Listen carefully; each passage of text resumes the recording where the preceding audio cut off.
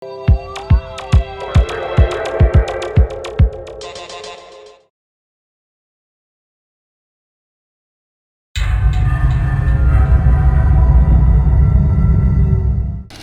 వారు కోయదొర చెప్పిన మండూక దీవి సమీపానికి చేరుకుంటారు. ఇదేనా కోయదొర చెప్పిన మండూక దీవి? చూడ్డానికి అచ్చం కప్పలాగే ఉంది కదా. అవును, కానీ ఆ దీవిని చేరుకోవడం చాలా కష్టమని కోయదొర చెప్పాడు. ఇక్కడ చూస్తే ప్రశాంతంగా బాగానే ఉంది, భయపడే విధంగా ఏమీ లేదు కదా. ఉండరా, మనం ఇంకా దగ్గరకు చేరుకుంటేనే కదా తెలిసేది ప్రమాదమా కాదా అని. వీడెప్పుడు నెగిటివ్గానే మాట్లాడతాడు, చంపుతున్నాడు. వారు క్రమంగా దీవి దగ్గరకు చేరుకుంటారు. అక్కడ ఆ దీవి చుట్టూ సుడిగుండాలు ఉండటం గమనిస్తారు.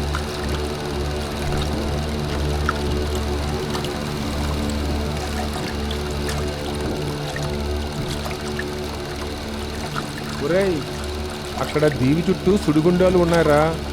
పడవ అందులోకి వెళ్తే మునిగిపోతుంది. అదిగో సుడిగుండాలంట, ముందు వాటి పని చూడండి. ఒరేయ్, నువ్వు సైలెంట్గా ఉండు. మరి ఇప్పుడేం చేద్దాం? సరే, ఏదైతే అది అయింది, ముందుకే వెళ్దాం.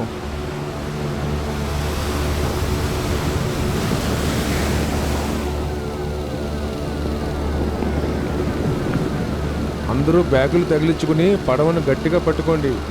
పెట్టెను జాగ్రత్తగా చూస్తూ ఉండండి. పడవ క్రమంగా సుడిగుండాల వైపుగా వెళ్తూ ఉంటుంది. సుడిగుండంలో పడి పడవ ఊగిపోతూ ఉంటుంది.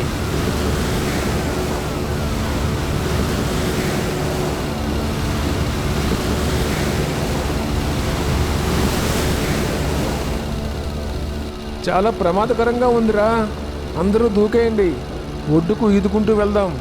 పెట్టెను కూడా నీటిలో వేసేయండి, పట్టుకుని ఉండండి. అందరూ నీటిలోకి దూకేస్తారు.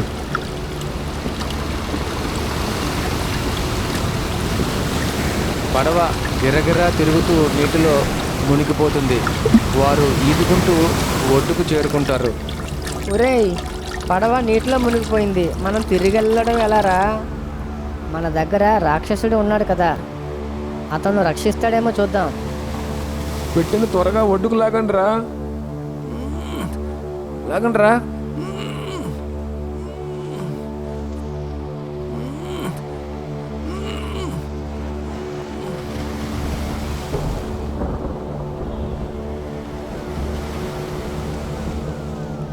అందరూ కలిసి పెట్టెను ఒడ్డుకు లాగడానికి ప్రయత్నిస్తారు. కానీ పెట్టె మాత్రం పైకి రాకుండా ఉంటుంది. ఒక దుష్టశక్తి పెట్టెను పట్టుకుని ఉంటుంది. రమేష్ వెళ్ళి కత్తితో ఆ చేతి మీద కొడతాడు. చెయ్యి వెళ్ళిపోతుంది.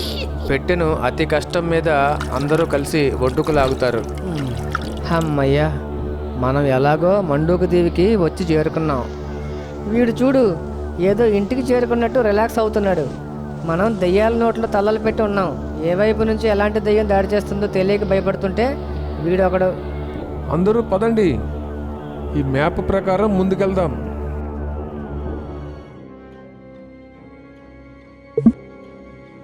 మ్యాప్ ప్రకారం మనం ఒక చెక్క వంతెన పైనుంచి వెళ్ళాలి. అది ఎక్కడుందో? అదిగో అక్కడ చూడు, చెక్క వంతెన. అదే అనుకుంటా, పదండి, దాని మీద నుంచి వెళ్దాం.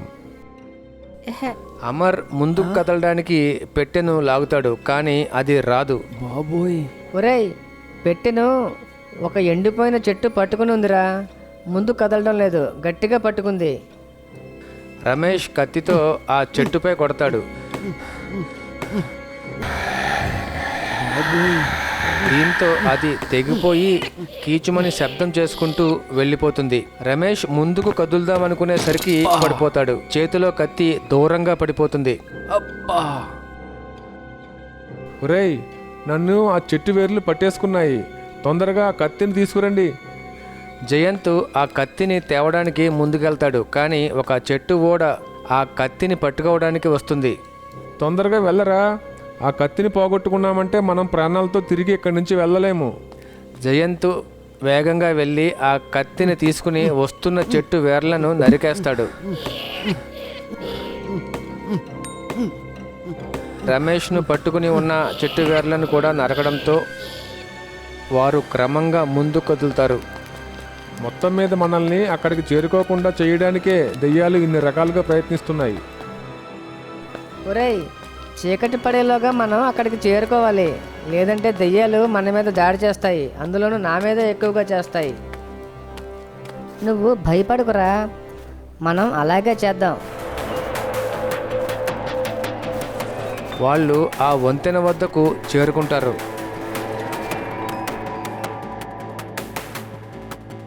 వంతెన మీద నుంచి నడుస్తుండగా క్రమంగా దాని మీద చెక్కలు విరిగి కిందికి పడిపోతూ ఉంటాయి. అందరూ ఆగండి, మనం ముందుకు వెళ్ళకూడదు, లోయలో పడిపోతాం. ఈ వంతెన పాడైపోయింది. మనం ఇప్పుడు ఏం చేద్దాం? ఈ వంతెన ఉపయోగం లేకుండా పోయింది. అనవసరంగా ఇంత పైకి చేరుకున్నాం. మనం మ్యాప్లో ఉన్నట్టుగానే వచ్చాం, కానీ చెక్క వంతెన పడిపోతుందని మనం అనుకోలేదు కదరా. సరే, మనం ఇంకో మార్గం చూద్దాం. ఒరేయ్, అటు చూడు, అక్కడ కింద నుంచి దారి ఒకటి ఉంది. మనం ఈ కొండ దిగి ఆ దారిలో వెళ్దాం. అదే కరెక్ట్, మనం అలాగే చేద్దాం. కాకపోతే ఈ పెట్టెతోనే కొంచెం ఇబ్బంది.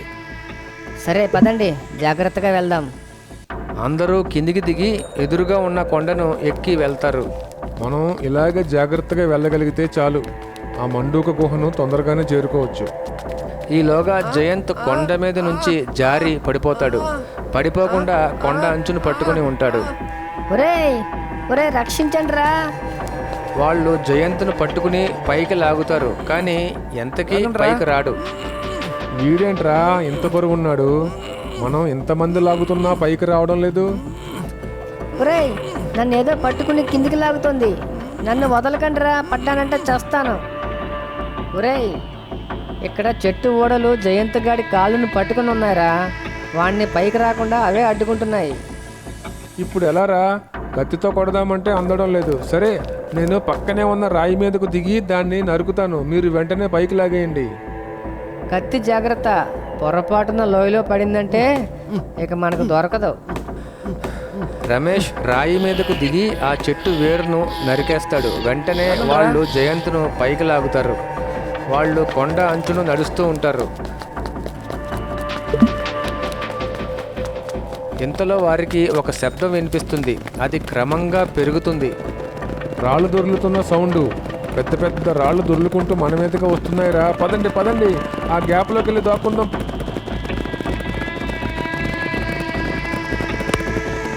రాళ్ళు దొర్లుకుంటూ వెళ్ళిపోతాయి. ఆ రాళ్ల కింద పడితే పచ్చడై ఉండేవాళ్ళం.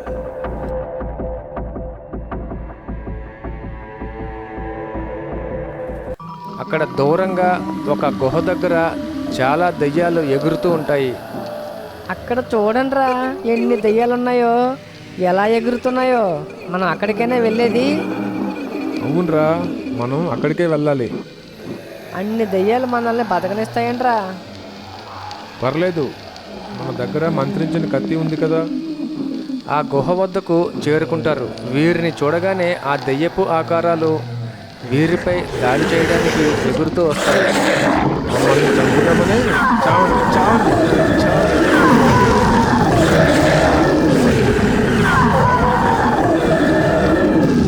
దెయ్యపు ఆకారాలని కత్తితో నరుక్కుంటూ ముందుకు వెళ్ళిపోతారు.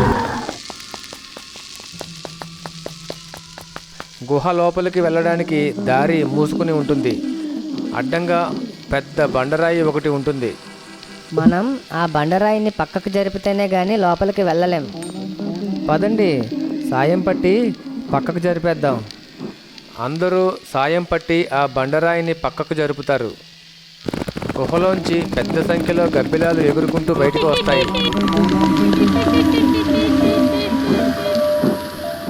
అందరూ లోపలికి వెళ్తారు. ఒరేయ్, మనం ఇంకా ఈ పెట్టెను తీసుకెళ్తూనే ఉన్నాం. ఇంతకీ ఇందులో రాక్షసుడు మనకు ఎప్పుడు ఉపయోగపడతారా? చూద్దాం పద. ఎందుకురా ఇంత ప్రయాసలు పడి ఎక్కడికి వచ్చారు? చావడానికేగా. ఒరేయ్, దెయ్యం రా. ఎక్కడా? అక్కడ చూడరా, అటు. అడ్డంకులు పెట్టినా బెదరకుండా ఎక్కడికి చావడానికి వచ్చారు కదరా. నాకు ఆహారంగా మారడానికి రండిరా.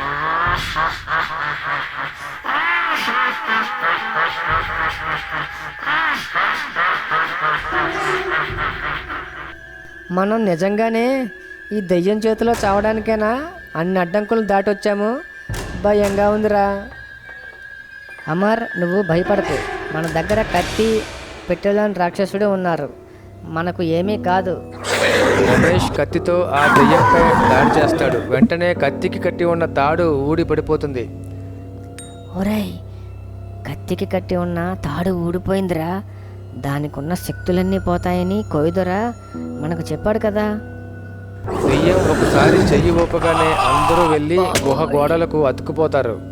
గిలగిలా కొట్టుకుంటారు. దెయ్యం చేతి వేళ్ళు రమేష్ కంటిలో పడవడానికి దగ్గరగా వస్తాయి. ఒరేయ్, ఇలా జరిగిందేంట్రా? ఇక్కడ శక్తులేమీ పనిచేయట్లేదు. నిజంగానే మనకు ఇవే ఆఖరి క్షణాలు అనుకుంటా. నాకు అలాగే అనిపిస్తుంది. మమ్మల్ని వదిలేయి. మాకు నీది వద్దు, ఏమీ వద్దు. వెనక్కి వెళ్ళిపోతాం. ప్లీజ్, ఆ పెట్టెను కూడా నువ్వే తీసుకో.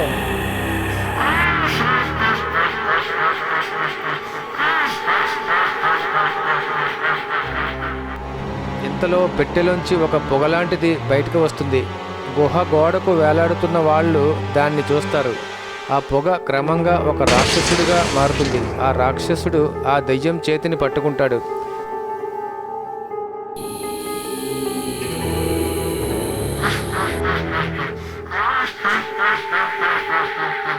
వచ్చావా? నన్ను చంపడానికేనా ఈ పెట్టెలో ఇన్నాళ్ళు ఉన్నావు? అది నీ వల్ల కాదు. వాళ్ళను నువ్వు రక్షించలేవు. నువ్వే నా చేతిలో చస్తావు.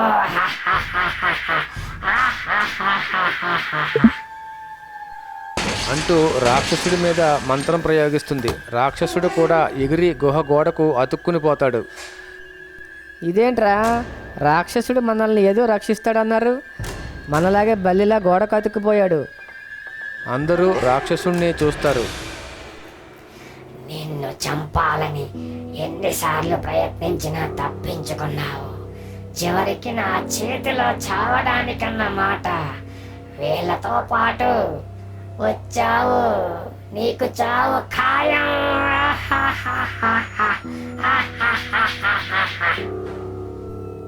ఇదేంట్రా, రాక్షసుడు కూడా ఏమీ చేయలేకపోతున్నాడు. మనకు చావు తప్పదా? ఒరేయ్, నమ్మకాన్ని వదలొద్దు. మనల్ని రాక్షసుడు తప్పకుండా రక్షిస్తాడు. చూస్తూ ఉండండి. వెంటనే రాక్షసుడు తన చేతికి ఉన్న ఉంగరాన్ని ధ్యానించి దాన్ని దెయ్యానికి చూపిస్తాడు. ఉంగరంలోంచి వెలుతురు వస్తుంది. దాంతో దెయ్యానికి ఏమీ కనిపించదు. రాక్షసుడి చేతిలోంచి ఒక మెరుపు వచ్చి దెయ్యాన్ని తాకుతుంది. వద్దు, వద్దు, నువ్వు ఆ మంత్రాన్ని నా మీద ప్రయోగించొద్దు. ఆపు, ఆపు, వద్దు, వద్దు.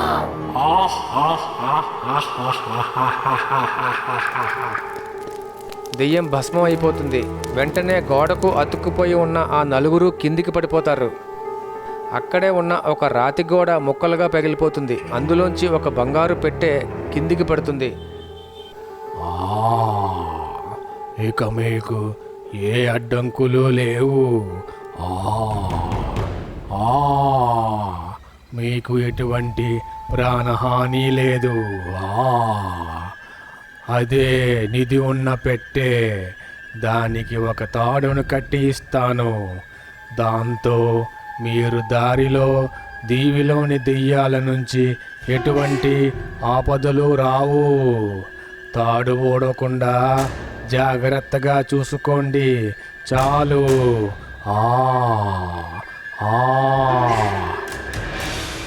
మేము ఇక్కడికి వచ్చిన పడవ నీటిలో మునిగిపోయింది. వెనక్కి ఎలా వెళ్ళగలం?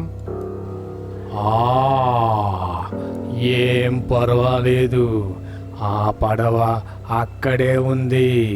మీరు అందులో క్షేమంగా వెళ్ళగలరు. క్షేమంగా వెళ్ళగలరు.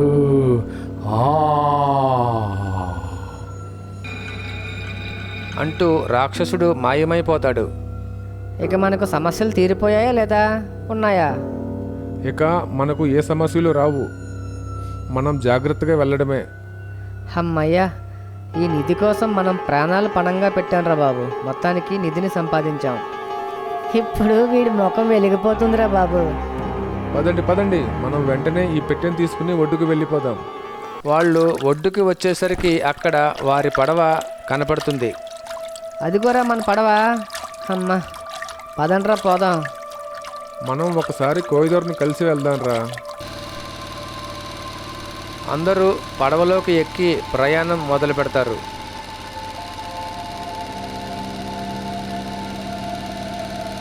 జీత్ వాళ్లను కోపంగా చూస్తాడు, కానీ ఆ ముగ్గురు స్నేహితులు అది గమనించరు. మీకు మా వీడియోస్ నచ్చినట్టయితే లైక్ చేయండి, షేర్ చేయండి. మా ఛానల్ని సబ్స్క్రైబ్ చేసుకోండి. పక్కనే ఉన్న గంట సింబల్ని యాక్టివేట్ చేసుకోండి. మీ అభిప్రాయాన్ని మాత్రం తప్పకుండా కామెంట్ రూపంలో తెలియజేయండి.